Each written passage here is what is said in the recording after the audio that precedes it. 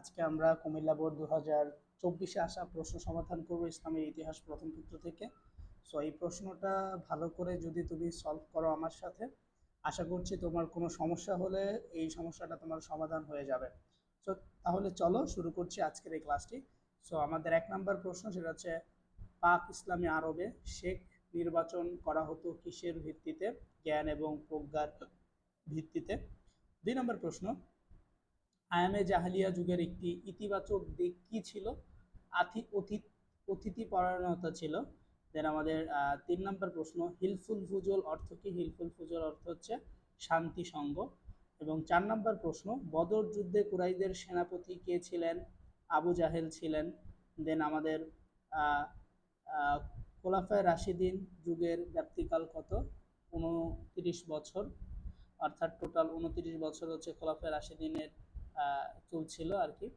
দেন আমাদের পরবর্তী প্রশ্ন, সেটা হচ্ছে যে একটা উদ্দীপক পরে 6-7 নম্বর প্রশ্ন উত্তর। রিফাত তার বন্ধুদের নিয়ে গ্রামের অসহায় ও নির্যাতিত মানুষের পাশে দাঁড়ানোর জন্য একটি শান্তি শৃঙ্খলা বজায় রাখার জন্য একটি সংগঠন তৈরি করেন।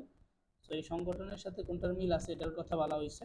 তো অবশ্যই হিলফুল ফুজলের সাথে মিল আছে, কারণ হযরত মুহাম্মদ সাল্লাল্লাহু আলাইহি ওয়াসাল্লামও এই হিলফুল ফুজল সংগঠনটি তৈরি করেছিলেন। দেন 7 নম্বর প্রশ্ন, উক্ত সংগঠনের উদ্দেশ্য কি ছিল? অসহায়কে সাহায্য করা, সমাজে শান্তি শৃঙ্খলা বজায় রাখা বা প্রতিষ্ঠা করা, অত্যাচারীকে প্রতিহত করা, তিনটাই ছিল। দেন দিওয়ান নামক দপ্তরকে প্রতিষ্ঠা করেন ওমর রাদিয়াল্লাহু তাআলা আনহু। এই দিওয়ান নামক দপ্তরটা প্রতিষ্ঠা করেন। হযরত ওসমান রাদিয়াল্লাহু তাআলা আনহু এর শাসনকাল কত বছর ছিল? হযরত ওসমান রাদিয়াল্লাহু তাআলা আনহু হচ্ছে 12 বছর শাসন করেছিলেন। সিফিনের যুদ্ধ কোথায় সংগঠিত হয়? ফোরাত নদীর তীরে সংগঠিত হয়েছিল। উমাইয়া খেলাফতের প্রতিষ্ঠাতা কে ছিল? উমাইয়া খেলাফতের প্রতিষ্ঠাতা ছিলেন হযরত মুয়াবিয়া রাদিয়াল্লাহু তাআলা আনহু। দেন 12 নম্বর প্রশ্ন, ডোম ডোম দি রক বলা হয় কাকে? অর্থাৎ ডোম দি রক বলা হয় বা নির্মাণ করেন কে? আব্দুল মালিক হচ্ছে এটা নির্মাণ করেন। 13 নম্বর প্রশ্ন, আব্বাসীয় খেলাফতের রাজধানী ছিল দামেস্কে, অর্থাৎ কোথায় ছিল? দামেস্কে ছিল। 14 নম্বর, বাইতুল হিকমা অর্থাৎ যে বাইতুল হিকমা, সেই বাইতুল হিকমা প্রতিষ্ঠা করেন কে? বাইতুল হিকমা হচ্ছে গ্রন্থাগার এবং গবেষণা কেন্দ্র। এবং আরব্য রজনী কোন যুগের ছিল? আব্বাসীয় যুগের ছিল। দেন হচ্ছে 16-17 নম্বর প্রশ্নের উত্তর, একজন শাসক তার পূর্বপুরুষদের প্রতিষ্ঠিত রাজধানী পছন্দ না হওয়ায় তার পরিবর্তন করে নদীর তীরে একটি বৃত্তাকার সংগঠিত নতুন শহর নির্মাণ করেন, সেখানে রাজধানী স্থানান্তর করেন। উদ্দীপকের সাথে কোন শাসকের মিল আছে? উদ্দীপকের সাথে আল মনসুরের মিল আছে। উক্ত কোন শহরটি ছিল? এটা হচ্ছে তিনটাই হবে। দেন আমাদের 18 নম্বর প্রশ্ন, স্পেনে উমাইয়া শাসনকে প্রতিষ্ঠা করেন। উমাইয়া শাসন যিনি প্রতিষ্ঠা করেন সেটা হচ্ছে যে আব্দুর রহমান। দেন 19 নম্বর, আলহামরা প্রাসাদ কোথায় অবস্থিত? আলহামরা প্রাসাদ হচ্ছে কোথায় অবস্থিত?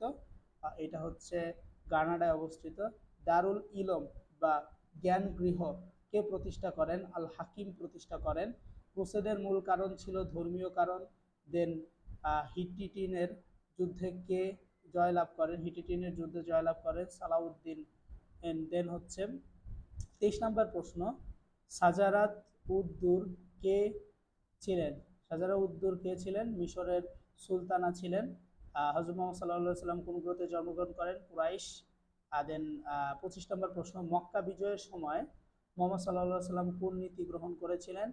সাধারণ ক্ষমা নীতি গ্রহণ করেছিলেন। হযরত আবু বকর রাদিয়াল্লাহু তাআলা আনহু এর খেলাফতকালে সবচেয়ে বড় সংকট ছিল রিদ্দার যুদ্ধ। দেন আমাদের 27 নম্বর প্রশ্ন, খারিজি কারা? খারিজি হচ্ছে দল ত্যাগ করেছিল যারা, তারা হচ্ছে খারিজি। দেন কারবালার প্রান্তরে কে শহীদ হন? হযরত ইমাম হুসাইন রাদিয়াল্লাহু তাআলা আনহু শহীদ হন। কোন খলিফাকে আরবের ঈগল বলা হয়? প্রথম আব্দুর রহমানকে। কোনটিকে তৃতীয় ক্রুসেডের অন্যতম কারণ হিসেবে উল্লেখ করা হয়? হিট্টিনের যুদ্ধে খ্রিস্টানদের পরাজয়। সো এই ছিল আমাদের প্রশ্ন। সেই প্রশ্নটা ভালো করে পড়লে ইনশাআল্লাহ আশা করছি তুমি অনেক ভালো রেজাল্ট করতে পারবা।